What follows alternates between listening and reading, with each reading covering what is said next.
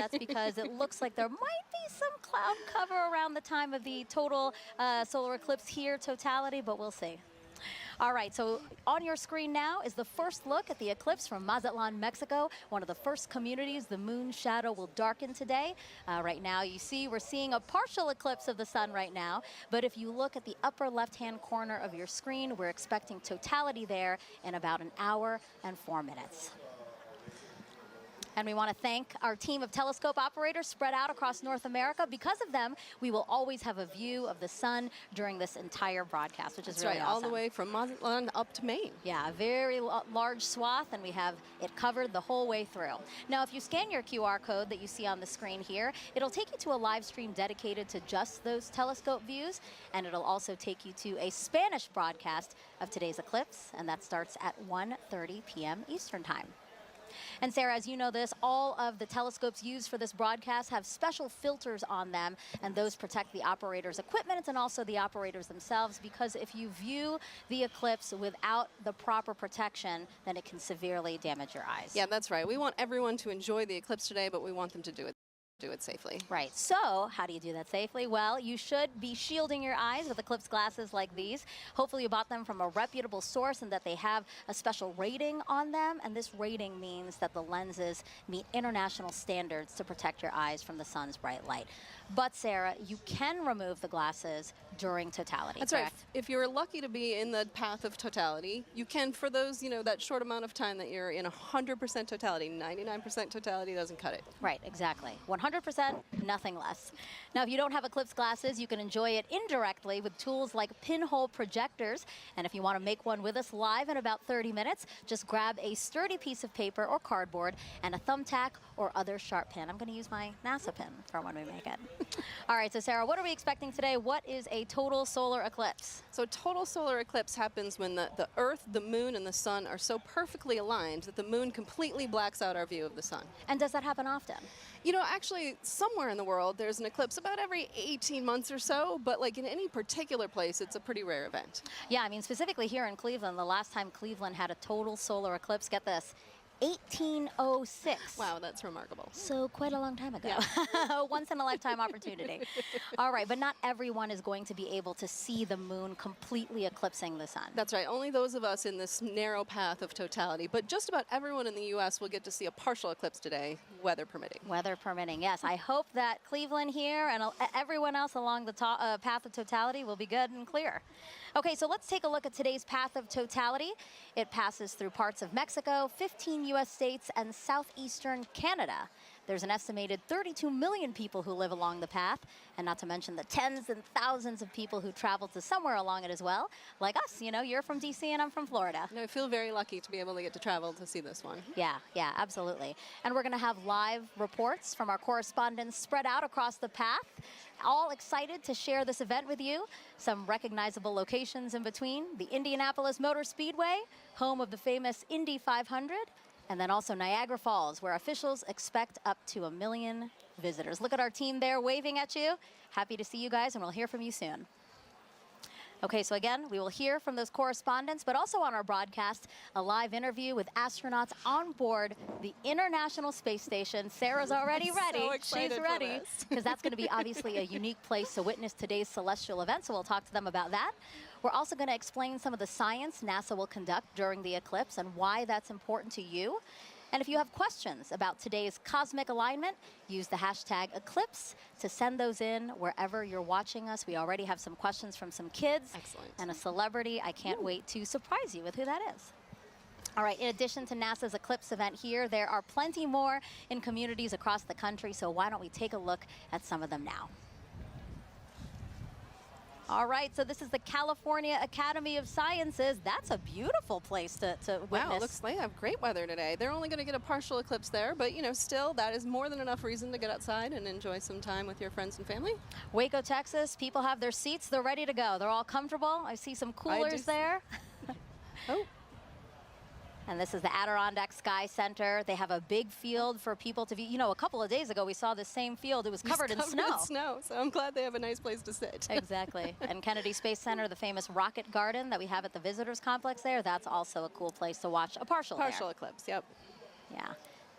And then lastly, the Mentor Civic Amphitheater, a nice big field again to take a look out into and enjoy today's event. I'm sure that'll fill up soon. Yes, I'm sure. Still gathering there. All right, very much a party atmosphere we've seen in some of those watch parties, and especially here, again, the music, the exhibits, all the things happening here. Kind of reminds me of a sporting event, you know? So because of that, I'm going to ask you, who's the GOAT today, right? Is it the moon, is it the sun, or is it the earth?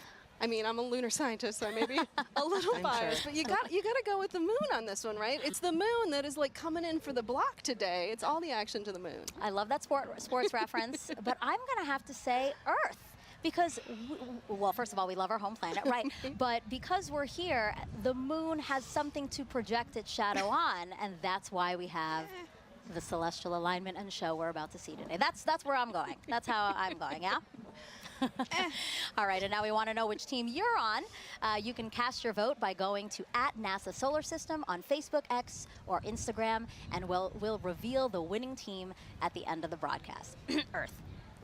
The moon shadow will only be over land for about an hour and 28 minutes today, moving at an average speed of about 1,900 miles an hour. Keeping track of it for us is NASA's James Traley. Yeah, thanks so much, Megan. I'm going to have to go with option number 3 there, the sun, because it gives us the energy for us to thrive here on Earth.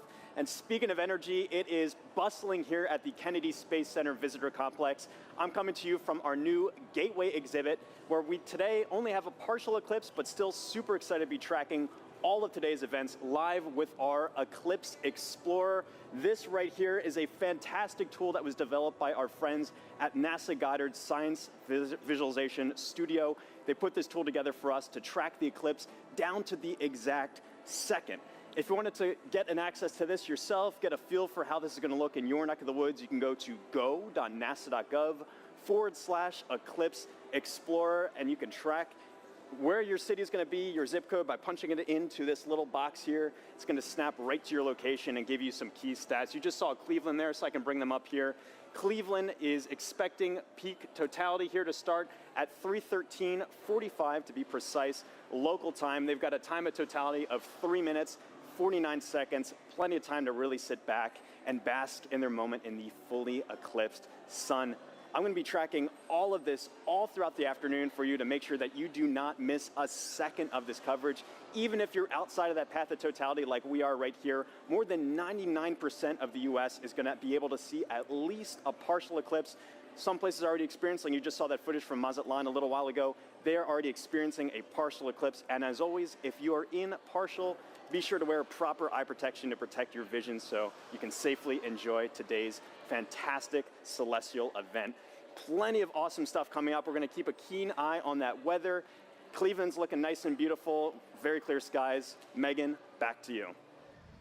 Thank you, James. And joining us now is Dr. Bob Lehman, a heliophysicist at NASA's Goddard Space Flight Center. Thank you. It's great to have you here. Thank you very much. So talk to us. Today's total solar eclipse, it's going to look very different from what we saw 7 years ago, right? It is, right. The sun is going to look, the solar corona is going to look very cool today. It's going to look cooler than it did last time. And I mean cool in the sense of wow. Not cold. Not cold, because the solar corona is like 1,000,000 degrees. But compared to last time, was close to the solar minimum, the minimum amount of magnetic activity on the sun. There's this 11-year or so cycle, and 2017 was closer to minimum, and 2024, April 2024 is pretty much close right to the maximum of that. So we're going to see the maximum amount of dynamism, of activity, and it's going to look, you'll see rays shooting out. And does that increased activity mean that we have a chance for new discoveries today and increased science? Sure. So in addition to the science that will be done because of the eclipse, just greater activity levels means that we have more chance to see what the sun is going to do, increased radiation levels, increased activity, eruptions that will affect the Earth. So how does that affect the Earth, and how do we study those effects? What do we have, the tools, the assets to study those effects? Sure. So we call the whole general thing space weather, so we get increased radiation or what we call coronal mass ejections, chunks of the suns that blow off and hit the Earth. And those affect things like power grids and radio communications and GPS satellites, all of which are everyday real implications for that thing that's 93 million miles away. And how do you feel? You know, you're a heliophysicist. This is kind of like your Super Bowl. Pretty much, yeah. You are not the first person to say that to me today. and are we right? Pretty much, yes. I mean, this is it. I mean, 7 years, and I like to say there's the diving, you know, trying to reach the goal line from the Super Bowl, what, 15, 20 years ago, that was like, you know, totality, not totality. And yeah, today is it. I'm really looking forward to it.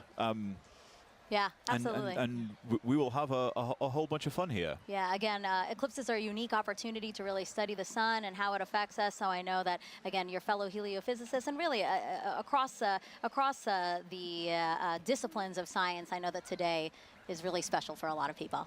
It is, yes. Thank you, Bob. I really appreciate you being here. Thank you so much. All right, it's time now to check in with our first team along the path of totality. Here is Tahira Allen in Kerrville, Texas, a city so lucky it gets a solar eclipse twice in a single year.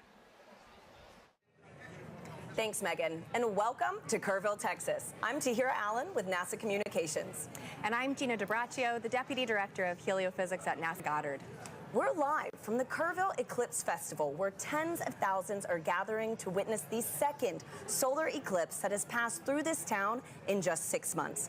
Now, this is incredibly rare, and people have traveled from all over the world to share in this spectacular moment right here at the crossroads of the eclipse. Now, Gina, we were lucky enough to be here last year for the annular solar eclipse. How does it feel to be back?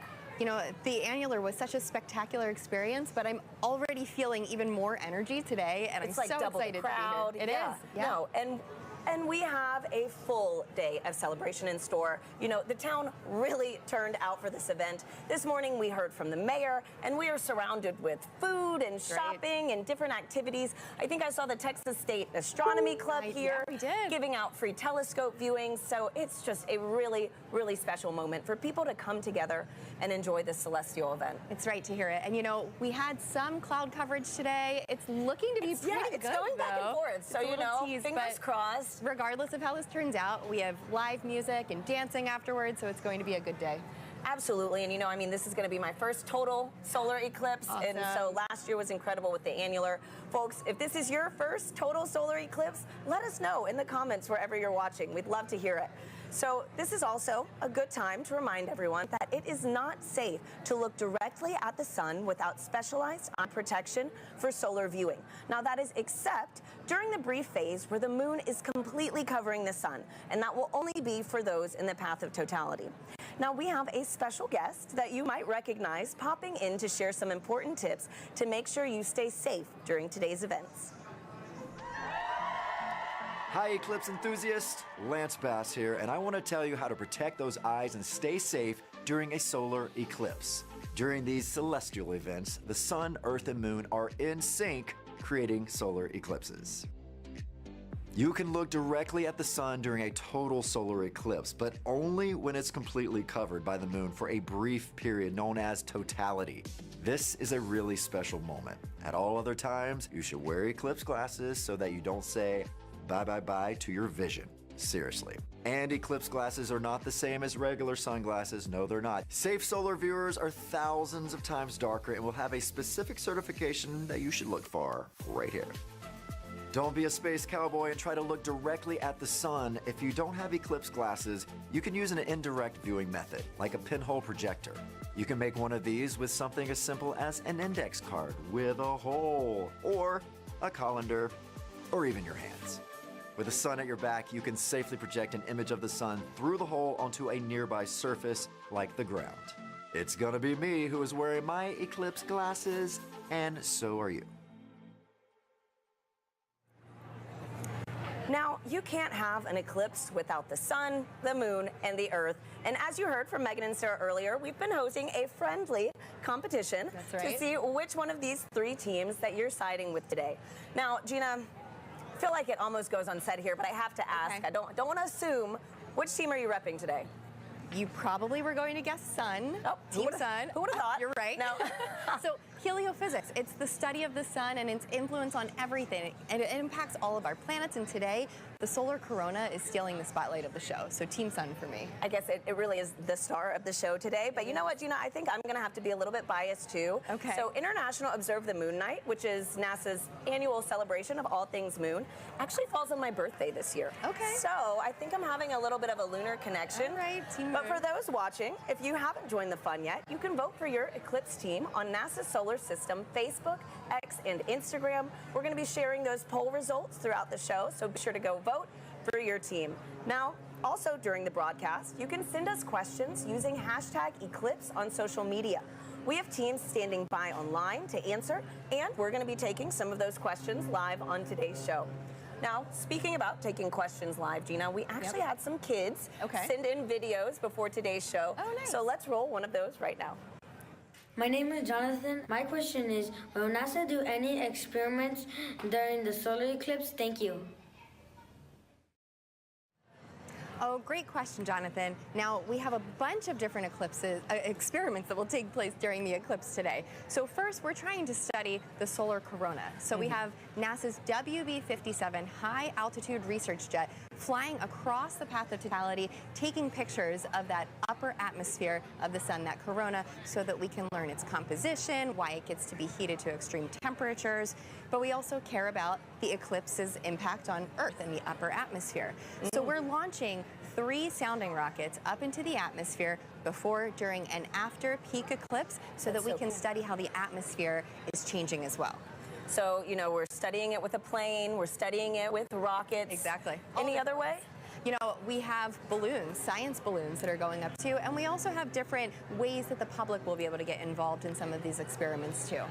Thanks, Gina. And I actually have a great follow-up question to this. This is from Lisa on Facebook, who wants to know more about the sounding rockets. So they ask, why is NASA shooting rockets into the moon's shadow during today's events? Okay, let's talk more about the sounding rockets because they are a lot of fun. So the first sounding rocket will be 45 minutes before peak eclipse, the next one during that peak eclipse, and the final one after, 45 minutes after. And that's because we really want to understand the difference in density and temperature and these different factors in the upper atmosphere and really get a sense of how the atmosphere changes as the eclipse is coming and passes over. So we have all these rockets going up, and it'll be a good day for that. Great, and hopefully we'll get to see a replay of that later on in today's show. That's right. Now, folks, it is really special for us to be back here in Kerrville, Texas, covering today's total solar eclipse. Just last October, an annular solar eclipse passed right through this town. Now, for a location to be at the crossroads of these 2 incredible celestial events is rare. Let's take a look at how the community has been preparing in the lead up to this big day. Kerrville is the eclipse capital of the state of Texas. It is known as being the capital of the Texas Hill Country. It's the epitome of Texas. Ranches, deer, beautiful streams like the Guadalupe here. Kerrville is very welcoming. It's a wonderful community. Tight-knit, small. It has about 25,000 people. Kerrville is blessed to be in that special square, the annular eclipse in 2023 and the total solar eclipse in 2024. We're talking about crossroads, you know, we get it twice. Two eclipses right here, right where I stand. Well, it's statistically extraordinary. We get 2 in less than 6 months. Everybody's excited about it. City council, county commissioners, everybody's working diligently to be able to provide safe opportunity for the influx of people. This will be the biggest event in the history of the city, and that's why the city is preparing. We're preparing to make the event enjoyable for everybody who wants to see this tremendous natural phenomenon. I think that Kerrville has done an awesome job of preparing, you know, way in advance. It's getting that message out to people to make sure that they're taken care of personally, but then there's the science part of it, letting them know what is an eclipse. And I'm just having a great time going out and talking to civic organizations and clubs and talk about eclipses. So this will be my 4th and 5th solar eclipses. I've seen total eclipse in Nebraska. I drove 1,200 miles for a little over 2 minutes, and it was well worth it. And just couldn't believe the experience of the eclipse. I mean, it's still just, it literally gives me goosebumps every time I talk about it. It's a visceral, emotional experience that is just, you have to experience it to understand. I thought I knew what it would be like, but I gasped at the sheer wonder. It's going to be a, you're going to hear that intake of air and awe. It was the most beautiful natural thing I've ever seen. So to have an eclipse basically in my backyard is just, it's indescribable.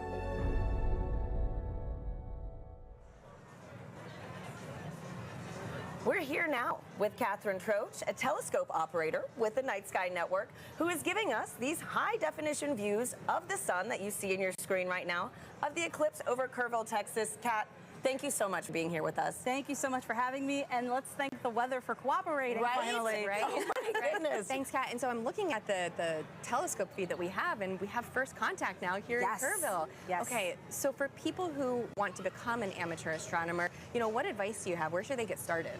The easiest way to get started is to look up Night Sky Network. Night Sky Network has over 400 astronomy clubs in the United States. You would just use our search function to plug in your city and find the club that's closest to you.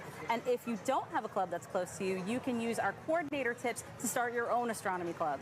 Wow. That is awesome. And you know what? For folks, if you want some more details on the Night Sky Network and other things on how to become an amateur astronomer, you can visit go.nasa.gov/Night Sky Network. Now, a fun fact about today's broadcast that I absolutely loved learning was that so many of our telescope views that you're going to be seeing today are from amateur astronomers. And so, Kat, again, on this topic of, sky gazing, I heard that those in the path of totality might be able to witness more than just a total solar eclipse today. Could you give us a sneak peek on what we could expect? Absolutely. So if we have clear skies in the path of totality, as it gets darker, you'll start to see two bright points of light. That would be Jupiter and Venus. And then as we get to totality, you'll be able to see the fainter planets, Saturn, Mercury, and Mars. And if you're lucky, you'll be able to catch Comet 12P. Oh, what a crazy, cosmic alignment today, So, man. Great. So for the amateur astronomers that actually want to view today's celestial event, what tips do you have for them? So, of course, you need to have solar protection. You need to have solar-safe glasses. And you need to have solar filters for your telescopes, your binoculars, your cameras. But you can also use indirect viewing, like a pinhole projector box, or you can use a disco ball. A disco ball? Yes. Wait, how does this work? Can you, walk us through this? So as the sun hits the mirrors, and it'll cast a little reflection onto the surface here, you'll see little crescent shapes as the eclipse progresses. That is incredible. We need to keep that disco ball. Oh, yeah. Right? No, seriously. So, Gina, didn't you say you could also use your hands That's at one right. point? You can take your fingers and weave them together to let the light project through so that you can see the projection of the eclipse on the ground. Absolutely. There. That's fantastic. So a lot of different ways to be able to view today's event. There's no one wrong way to do it, unless you're just using, to do it. Just do it. Just make sure you do it safely. And so, Kat, too, earlier you gave me a little reveal of your shirt, and it is too perfect for today's show. Could you give our viewers a little taste? Sure, no problem. So if you know, you know. If you know, you know. Totality going on at the moment. Love it. Thank you so much for being here, Kat. Thank you again for having me. Absolutely. And so now coming up soon, we're going to get our first views of the total solar eclipse as it begins in Mexico, sweeping across North America. We have correspondents all along this path who are going to bring you live into the action as it happens. First up, let's check in with Joy Ung in Dallas, Texas. Thanks to Harry and Gina. So welcome to the Dallas Arboretum and Botanical Garden. I'm Joy Ung, and as you can see behind me, we have a lot of people eagerly waiting for the total solar eclipse. It's so amazing to hear so many people talk about the sun and the moon, and what makes this day even special is that the eclipse gives scientists a really unique chance to do science.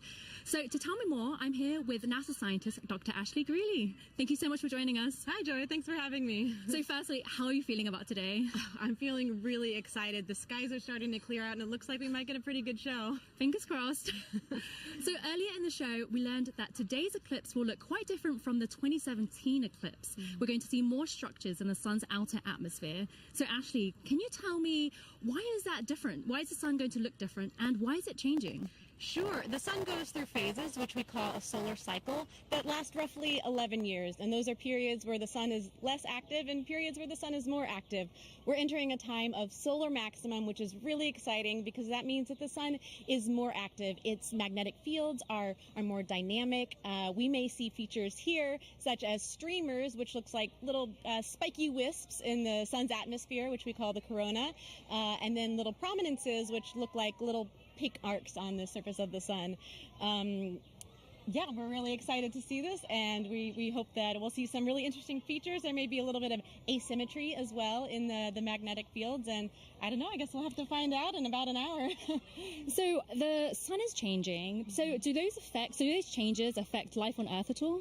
Sure, yes. The sun does affect life here on Earth. We have a term that we call space weather, which applies to the field of study of everything from the sun to the Earth and in between, and how that affects life here. We are fortunate that on Earth we are protected from things coming from the sun by our magnetic fields, which shield us from those explosions that come from the surface of the sun that we talked about. And those can result in really fun occurrences, such as the aurora. There can be some negative side effects, but those are mostly limited to things that are outside our magnetic fields. The storms from the sun can interfere with satellites, and it's something we really have to think about as scientists as we start to plan for putting humans on the surface of the moon or potentially sending them to Mars. Those energetic particles that result from the sun can impact humans, so that's just something that we have to learn about and take into account. So the sun is always there, of course, but why are eclipses a good time to study these effects called space weather?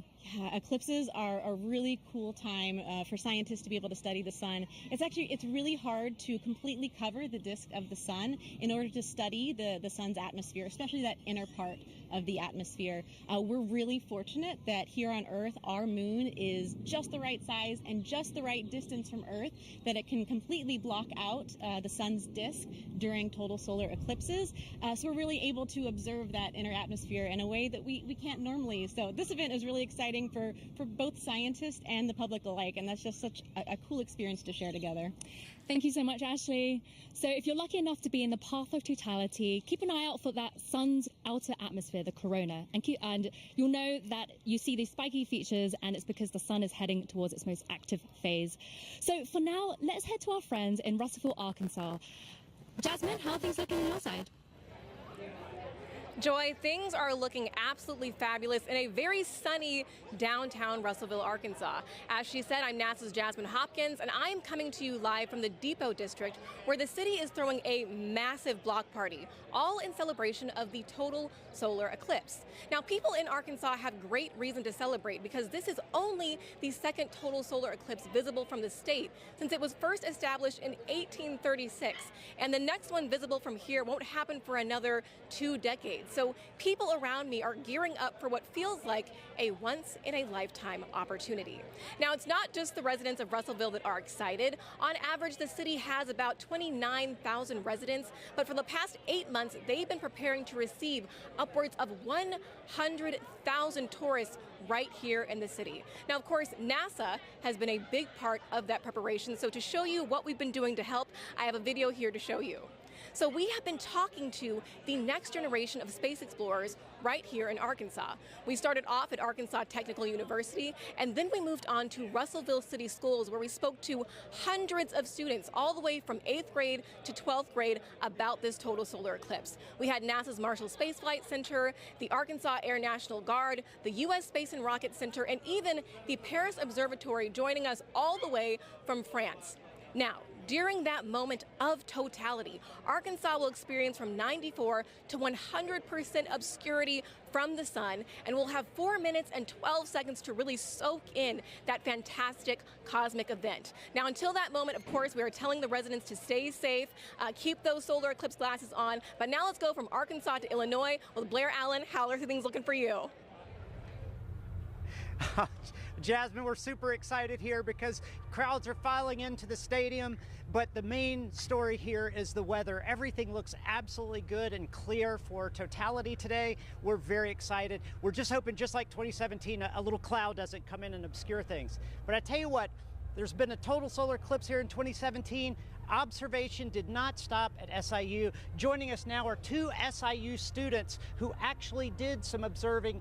This is Callie and Paige. Now, Callie, I know that you guys went to Australia in 2023 and you observed the totality using an interesting technique. Can you tell us about that? Yeah, so when we were in Australia, we used a sun funnel to view it, and what it does is it projects basically what the telescope is seeing onto a film. And so a sun funnel is just basically a funnel with 2 hose clamps and rear projection film, and it just projects the sun, and we actually captured a picture of totality as that eclipse was happening. And it's pretty cool because it allows other people, instead of having to go through the eyepiece, you get to see it. Pretty impressive. Now, Paige, you guys are going to do some observation today.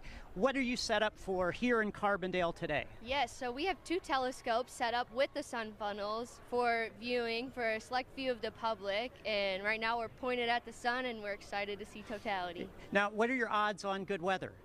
It's looking pretty good. I'm excited. Isn't that great? I'm so excited. I tell you what, one final question, because I know you're experts with solar safety, but Team Earth, Sun, or Moon? We're both Team Moon. Team Moon, Team Sun. I tell you, that's the best you're going to get, but we're all pro Eclipse. Back to you, Tahira. Let's go Team Moon. So, as you can see, folks, we've got a lot of exciting things in store all across this country, and that was only half of it.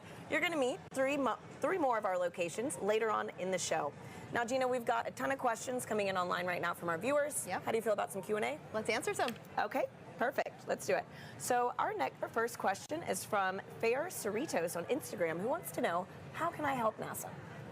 You can help NASA by participating in the eclipse. If you can see it today, go outside, enjoy the moment, or download the Globe Observer app. You can do that right now before the eclipse crosses your path. You need a thermometer, and you just record the local temperatures and the cloud coverage. Fantastic. Globe Observer app. So thank you so much, Gina, and thank you to everybody sending in those questions. We'll take some more later on throughout the show. For now, let's check back in with Megan and Sarah in Cleveland, who are standing by with an out-of-this-world surprise. Yes, quite literally that, Tahira, because we have a special treat for our viewers right now, joining us live in space, 250 miles above the Earth in the International Space Station. Everyone, please help us welcome NASA astronauts Jeanette Epps and Mike Barrett. Sarah, you've been waiting. I'm so excited. For this. Oh, there they are. Hello, everyone. Oh, Jeanette, Mike, thank you for joining us. It's a pleasure to join you guys, and I hope everybody appreciates NASA scheduling this eclipse to bring the world together. Yes, thank you so much to NASA, and thank you so much for joining us. Now you guys will have 3 opportunities to view the moon's shadow over North America, and that last pass will give you guys the best views. And we hope to also share those live views with everyone here on this broadcast around 3:30 p.m. Eastern Time. Now, Jeanette, I have 2 questions for you. Are you looking forward to being one of the few people seeing today's total solar eclipse from space? And 2, I know your crew member Matt Dominic will use a camera with a solar filter to photograph the sun being eclipsed by the moon. Will you also be taking photos of the celestial alignment?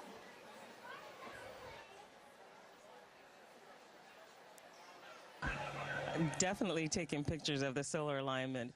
And I think we're very fortunate to be here at this special vantage point to see such a special event at this time. So I'm definitely excited.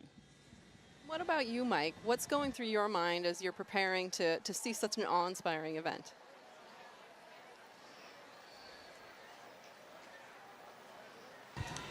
Well, admittedly, I'm a bit of an eclipse junkie. You know, my first one was like when I was 19 with the homemade telescope in the desert, and a few since then. And actually, during the 2017 eclipse, I was on a chartered aircraft several hundred miles off the coast of Oregon watching it. And I got a strange bucket list, and this is one of the things that's on it, to actually watch an eclipse shadow cross the Earth from space. So I'm ecstatic to see this box gets checked and just to see this amazing thing from up here. Yeah, the fact that that was actually a box on your list is pretty That's amazing. amazing. And then now it's getting checked. So, you know, for those wondering, this is what the moon's shadow will look like to Jeanette and Mike. We're going to show you video taken from the space station of the total solar eclipse in 2017. And you can clearly see the shadow moving across the top of your screen there from left to right. We actually sped up the video so you can see more of that transit. This would look a lot slower to them, but really cool. Jeanette, eclipses give us a unique opportunity to study the sun and how it affects the Earth. Can you tell us about the atmospheric waves experiment attached to the outside of the space station right now?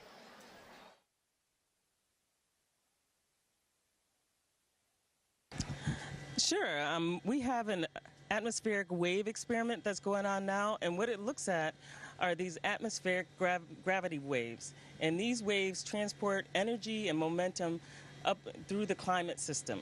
So with the imager on the atomic wave experiment, we're going to look at how these atmospheric gravity waves impact our Earth's climate, how it can impact our space and global and all of our comms, how it can affect our navigation system.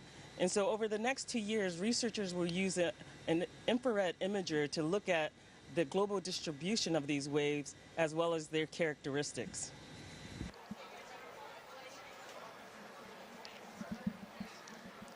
Mike, how does it feel to have a hand in maintaining the space station so that important science like the atmospheric waves experiment can happen?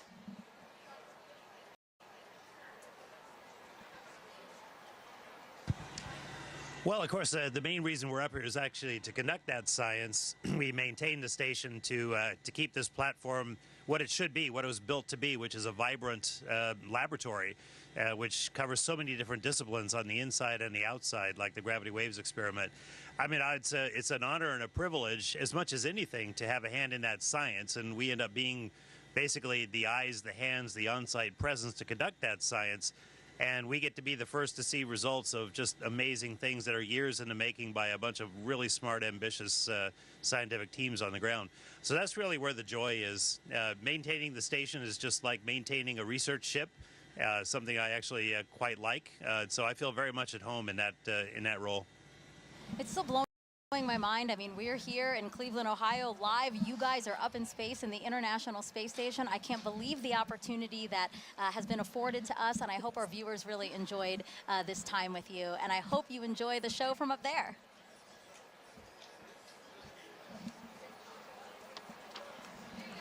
All right. We have, but we do want to close by saying, first of all, we really enjoy being here, but everybody stay safe.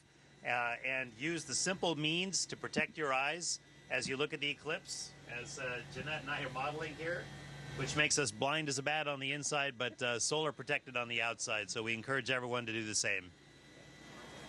Really great advice from both of them. Thank you so Thank you much. both. Sarah and I have our glasses, right. and we're We are ready to ready go. too. Also blind if we don't do this.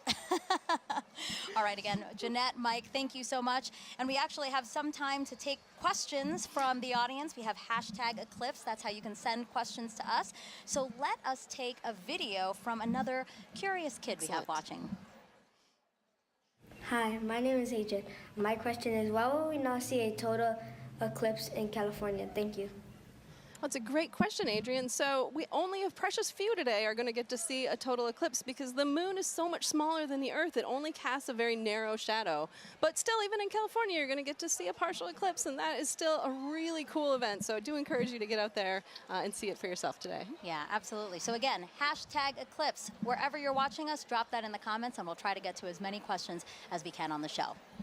Okay, so we have obviously people celebrating with us online and at events across the country. So why don't we check out some of those events again now? Waco, Texas again. People look very, very comfortable in their camping chairs and spread out on picnic blankets. They look like they're having a good time. Yeah. A few clouds. A few clouds, but again, they have some time there before. Kennedy Space Center, they will see a partial eclipse. We have some people walking around the Rocket Garden. Oh, it looks like they have beautiful weather there. California Academy of Sciences, yes, they do. They have clear skies. We're very, very jealous over here. And then the Mentor Civic Amphitheater that's starting to fill up. Exactly. There were fewer people when we checked in ago, but now lots of people there and lots of people at the Adirondack Sky Center. I wish I could wave and say hello. They look like they're getting ready for some stuff, though. Yeah, absolutely. They've got a Again, the little time to snow wait. cleared out because Yeah. there was snow over the weekend, but now it looks like a beautiful, probably still crisp day there for them. Okay, and now we're back here with astronaut Steve Bone, who's looking around, taking in the sights, Steve. I am. see. It's just an amazing amount of people. It's really cool to see. Yeah, it's really- absolutely. you can feel the energy. And it's really beautiful. cool that you're here. So Steve is here because, you know, obviously, as we've been saying throughout the show, you really should have these glasses to safely view the eclipse. But if you don't have glasses, that's why Steve is here. So Steve, I see that you brought some supplies for us. I did. I have a little bit for everybody, and we'll see how we can do here today. All right. So this is like a pinhole viewer, and so it's basically a pinhole camera. I don't know if you ever had to do that when you were a kid. Is make a little camera by basically poking a hole in a piece of paper. Okay. And then using that to focus onto a screen. Okay. And so we all have pins here, I guess. Yes. So we have a paper plate, we Yeah, your have Eclipse pin. index card, and we have pins. And I have my Crew 6 pin. Nice, nice. All right, so what do we do, Steve? Basically, all you have to do is poke a hole in the cardboard. Okay. And the sides of the hole will determine the focal length, the focal distance of your viewer. And it Okay. has to be big enough that the light will come through. And it's sometimes hard to do if we don't have like direct sunlight. So you want to make sure you have a big enough hole. I think Okay. that'd probably be enough. Yeah. And then what you'll end up doing, if we had the sun, you could basically over your shoulder, don't look at the sun. Sun behind us. Sun behind us. Yes. And so you hold this up, and you'll see, you can actually get, there it is. I can see. We do see it with the lights, the studio Yeah, lights. you only need a little bit, and then depending on how far in and out you move it, and the sides of the hole, that gives you your focal length. Got it. Just like a lens. And basically, like we're saying with the studio lights, if something were to pass over the studio lights, that same shadow essentially would be projected through Absolutely. the index card right now. And that's how you safely watch it. That is a good, safe way to watch it. There's a lot of other ways to see it as well.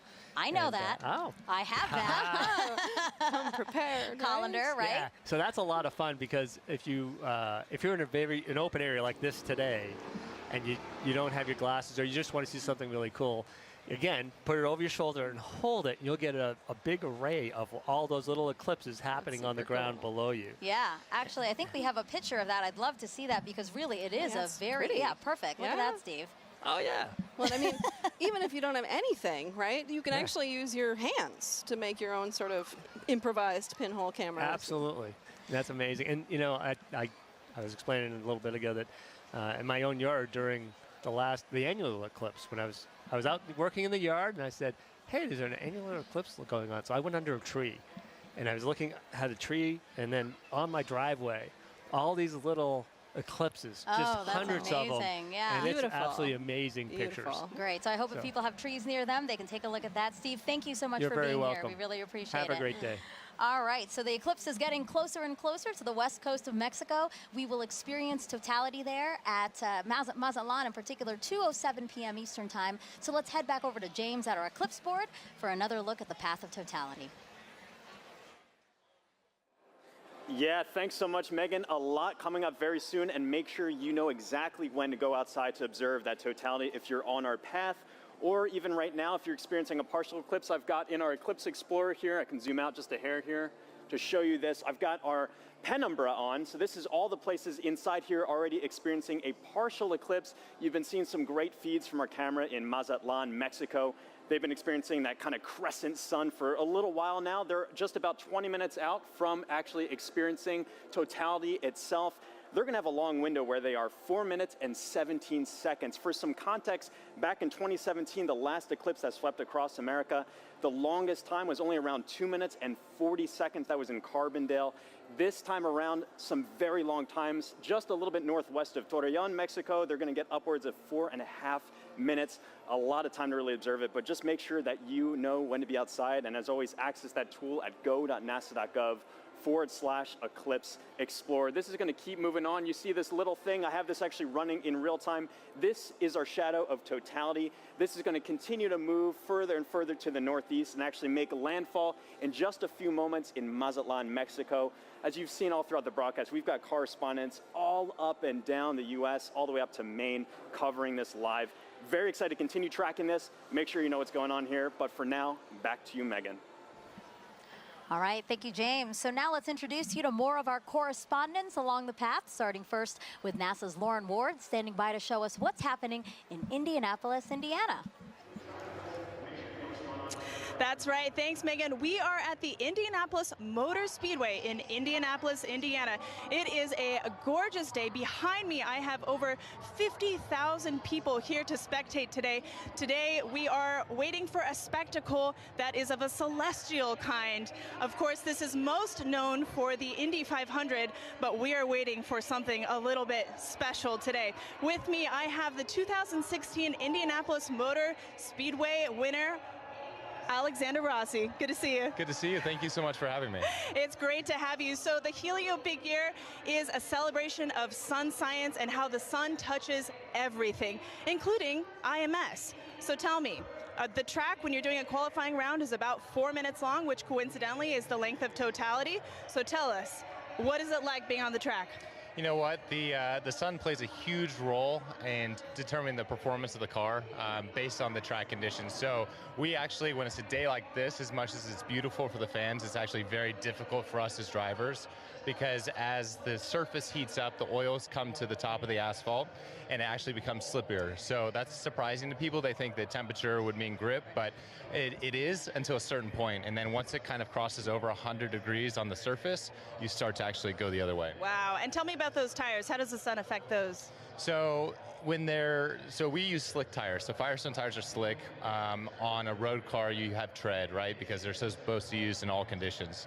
Slick tires actually have a bigger contact patch, more surface area, so they generate more grip at a temperature, right? So they operate between 180 to 230 degrees Fahrenheit.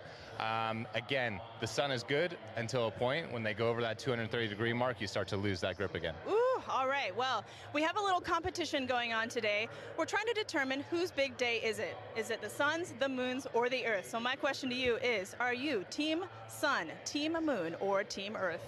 That's a hard one, but I'm going to go Team Earth. You know, I just think we're so lucky, especially today with the people that are around us here, to be able to witness what we're about to see. Go Earth. Go Earth. You heard it here first. All right, guys, thanks. We'll be back here. Daryl in Niagara, over to you. All right, thank you very much, Lauren. Just 500 miles northeast of you, we are here at Niagara Falls, right next to the Niagara River.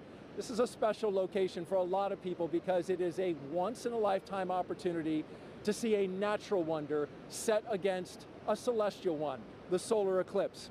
And so let's talk first of all about the natural wonder, and it all starts right here. Look at this massive river and the amount of water that's moving through here. 500,000 gallons of water, 500,000 bathtubs actually going over the falls at every 60 seconds. It's tremendous, the flow here. It interacts with the air, it hits the rocks, and it also, you know, it flows up a mist column that is omnipresent. This is always here. So one of the things that eclipse watchers want to see is, how does it interact with the light?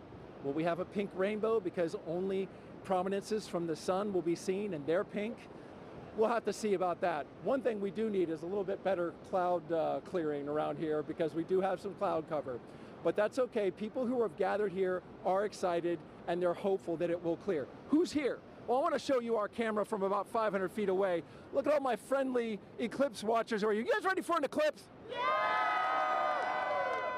Whoa, I love the energy. We could use this energy to blow the clouds out of here. As our camera backs out, you're looking at Terrapin Point, and this is the lawn here.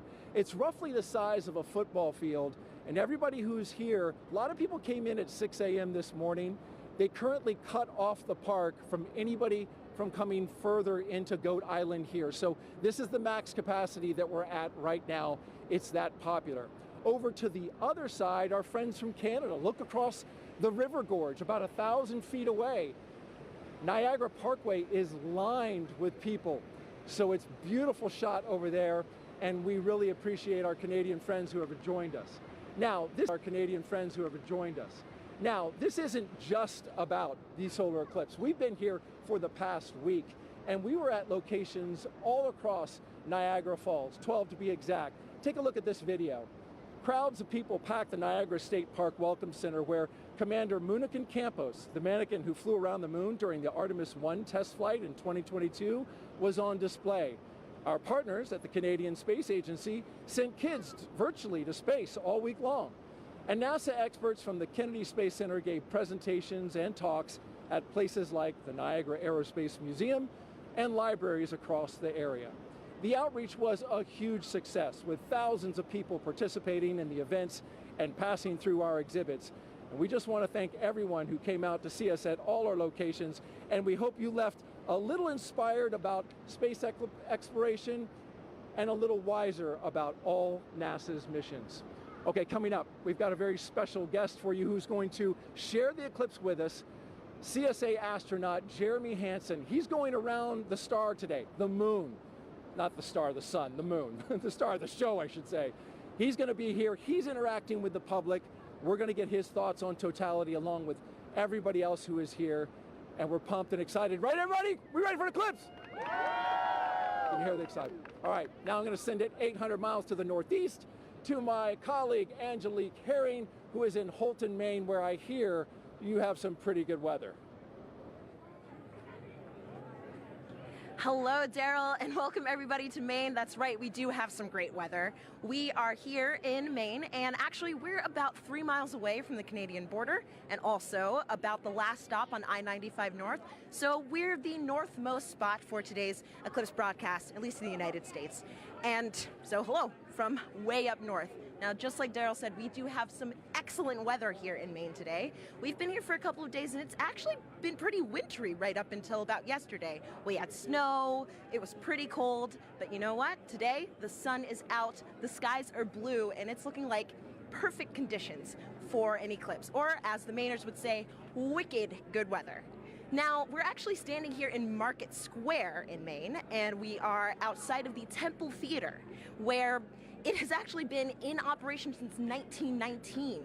Over the last 150 years of its operation, it's seen everything from silent films to burlesque shows, and today it's got a more celestial show with the eclipse. Now, the last eclipse to come through Maine was actually in 1963, and that eclipse was only visible for about a minute. In contrast, today's eclipse will be visible for at least just about 3 minutes or so, so everyone here is going to have a lot of time to take in the celestial show, really soak in the event. And the next eclipse won't be coming through Maine until 2079. So it makes a lot of sense that we've got a lot of people here really excited to see this once-in-a-generation opportunity and event. We're all excited. I know everybody here is excited. So we'll be here waiting for the moment that we've all been waiting for, the eclipse. With that, back over to you, Megan. Hey, thank you, everyone. It was really cool to see everyone along the path of totality. You can tell we're covering a large swath of land because everybody's in different kind of attire. You know, you have short sleeve shirts somewhere, and then you have like Daryl, who it looks very, very cold, and he does have some cloud cover, so I hope that it does kind of clear out for him. I feel like we've covered all of those levels of weather over the last day and a half. That's true, here in Cleveland. So, but it's looking nice now, so that's great. And actually, if you were watching our screen here, we just had a view of the eclipse in Mazatlan, Mexico. In about 10 minutes, that's when we'll start seeing totality in that area. And in that time, the U.S.'s top doctor is encouraging everyone to try and watch this celestial event for our physical and mental well-being. Hi, everyone. I'm U.S. Surgeon General Dr. Vivek Murthy.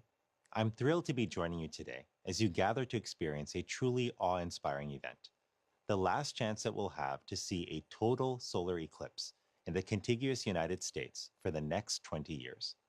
The sun is a universal source of light and life.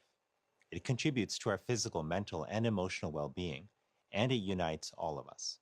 Today, no matter where you're watching from, whether it's along the path of totality or a partial solar eclipse, you are sharing the experience with millions across the nation. And moments of connectedness like this truly matter. Last year, I issued a Surgeon General's advisory warning about the public health crisis posed by loneliness and isolation. I shared that our connection with one another is a powerful force that can help protect against the damaging physical and mental health impacts of loneliness. What better reason is there to come together with friends and loved ones than to share a once-in-a-generation experience like the solar eclipse?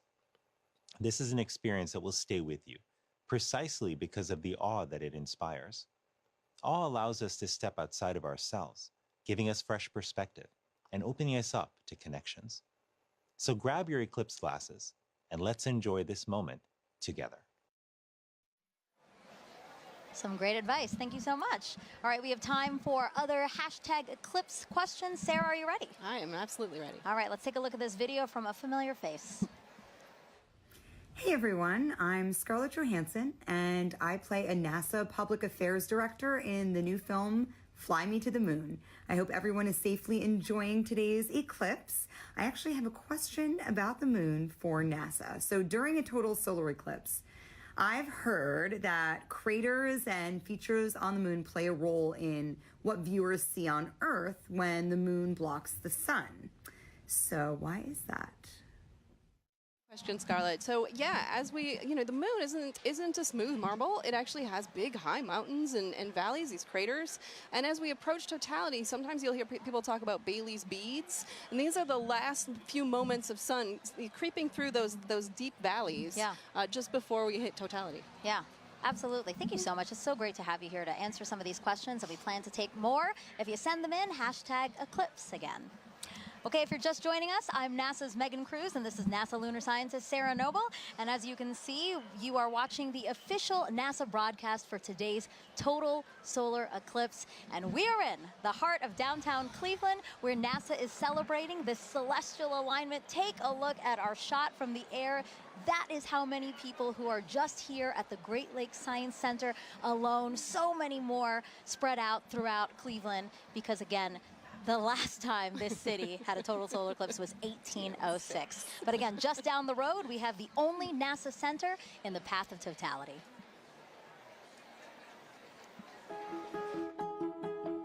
When it comes to NASA, I think a lot of people initially think of rocket launches in Cape Canaveral or astronauts floating above the Earth in the International Space Station. But there's a lot of research and engineering and testing that needs to happen before anything can fly. And we have those capabilities: supersonic wind tunnels, microgravity drop towers, vacuum chambers, and a research aircraft hangar. And that's why people from all over the world come to NASA's Glenn Research Center right here in Cleveland, Ohio. What we work on: power, propulsion, communications. You need it for anything that flies. We like to say the road to the moon goes through Ohio, and that's because our test facilities are crucial to advancing the Artemis program. Part of our vision for going back to the moon and establishing a sustainable presence is having a lunar gateway. A lunar space station can fly successfully around the moon and sustain astronauts there. And we are leading the program that's developing the power and propulsion element. NASA's Neil Armstrong Test Facility in Sandusky, Ohio. It's the only place in the world where you can test a full-size spacecraft for all the extreme conditions of launch and spaceflight. Right now we have the Orion spacecraft. This is a spacecraft that actually went around the moon, but we're using it as a test article now to make sure that in the launch environment, that spacecraft is safe. When it comes to aviation, every U.S. plane has NASA Glenn technology on board, which makes your flight cleaner, safer, and quieter. And looking at solutions like electric and hybrid electric propulsion systems that will reduce or give us different ways of converting energy that are cleaner. Our center partners with a lot of community organizations to share NASA's discoveries or just get kids excited about science, engineering, technology, and math. I really enjoyed the VR experience. It was really cool to be able to sit like I was an actual pilot flying. I feel like I could potentially look into considering aerospace. We've also made it our mission to prepare Cleveland for the April 8th total solar eclipse. We demonstrated different types of hands-on activities for educators to share with their students, as well as the science behind a total solar eclipse. My favorite thing about Glenn is our people. Not only are they crazy smart, but they are genuinely good people. And we are literally part of almost everything NASA does. And so what's really great about being here is you're in the heart of it all.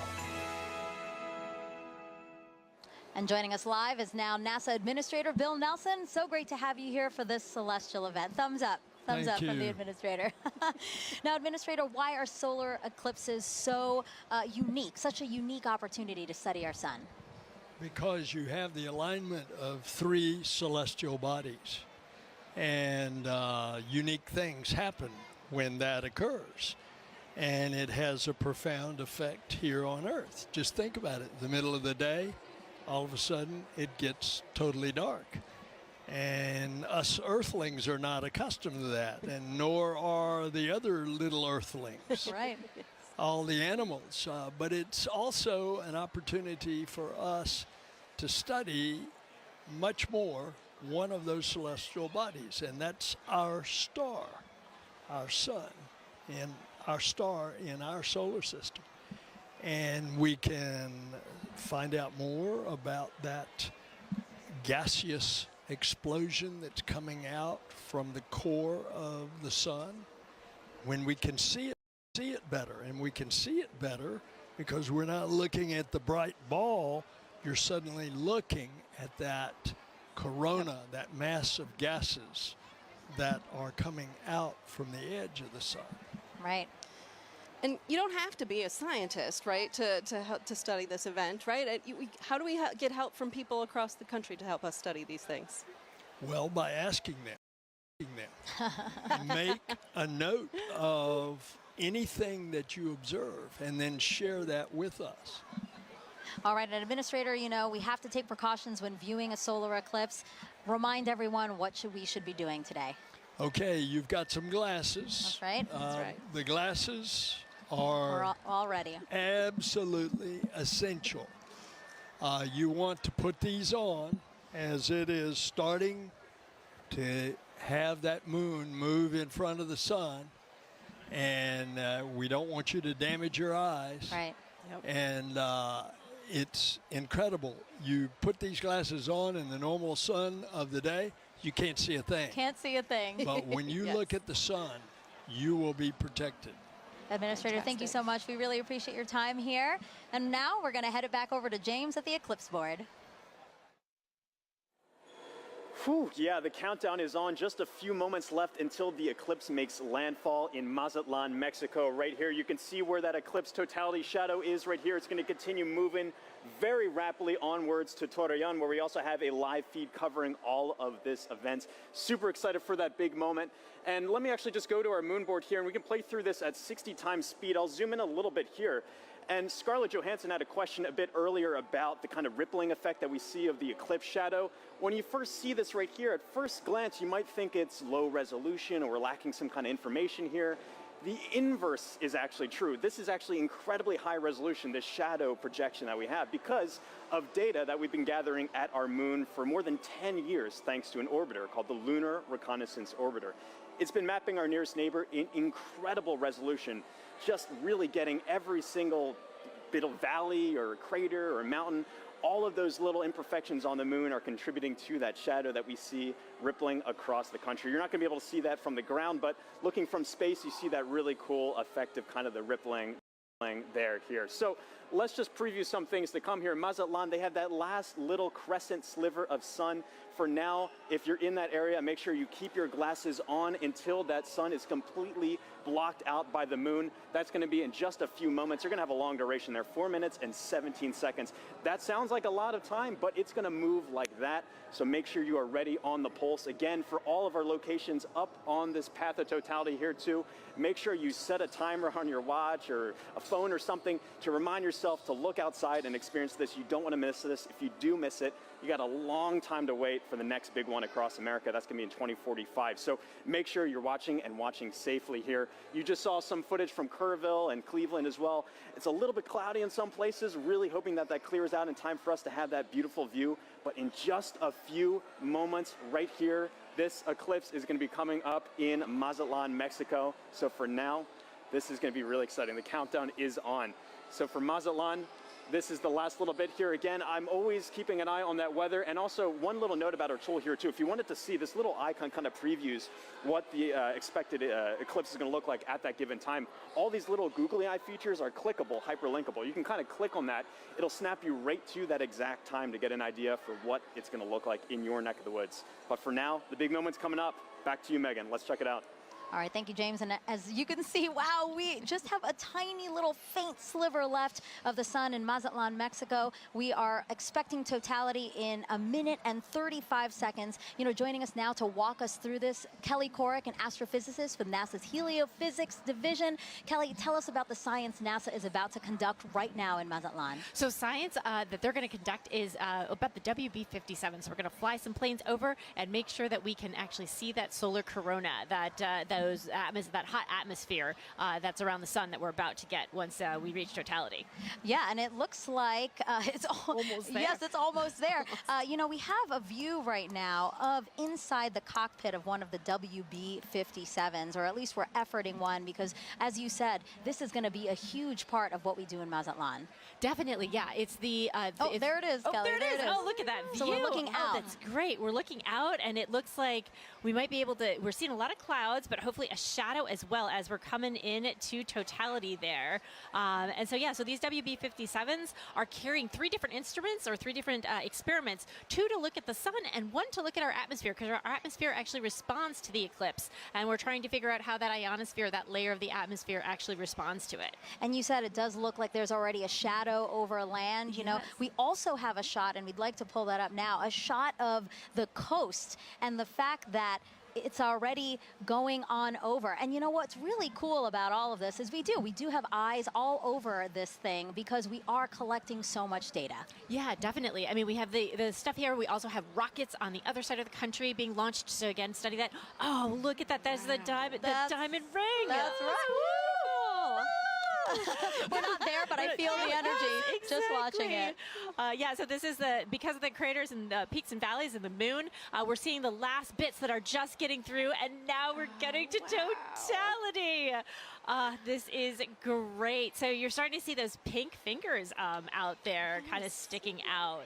Wow. So again, totality here in Mazatlan, Mexico, the first community in North America to experience the moon completely eclipsing the sun. And if you are in Mazatlan right now, it is now safe to remove your eclipse glasses for the next 4 minutes.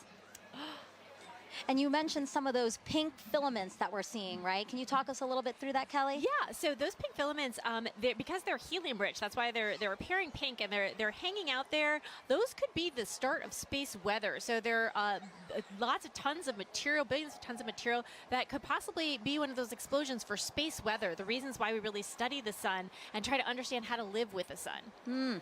Well, can you explain why space weather is important to us here on Earth? Definitely. So it's not just satellites that are interested in space weather. It's also our power grids, because of those energetic particles coming from those big explosions that can happen in the sun. That could damage our power grids. It could also do things like interfere with GPS signals. And I know we all use our phones to navigate everywhere.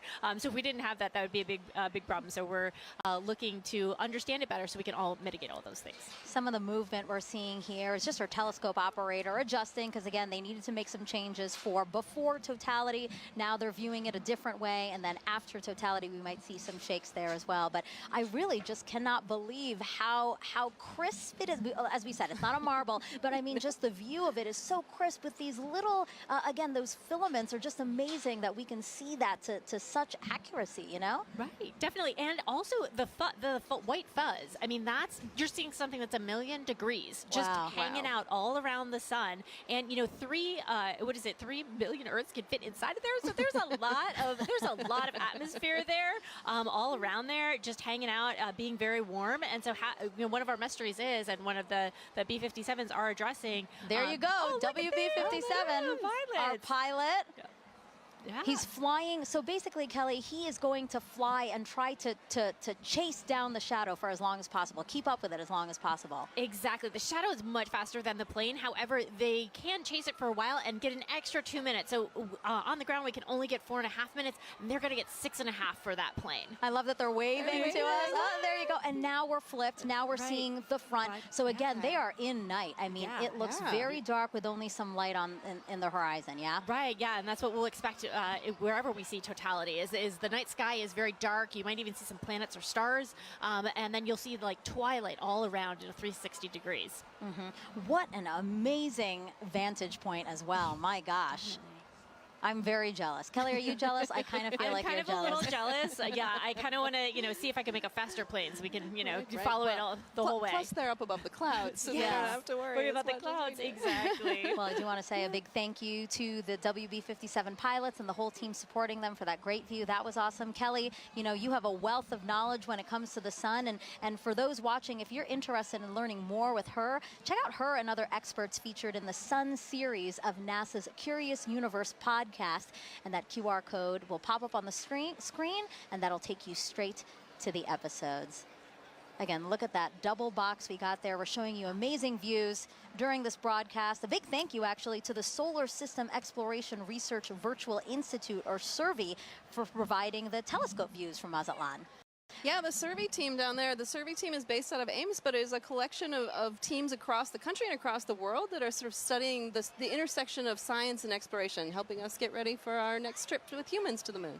Yeah, that's amazing. Okay, totality is actually about to end in Mazatlan. Let's keep watching our screen right now for, again, what are we watching for, Kelly?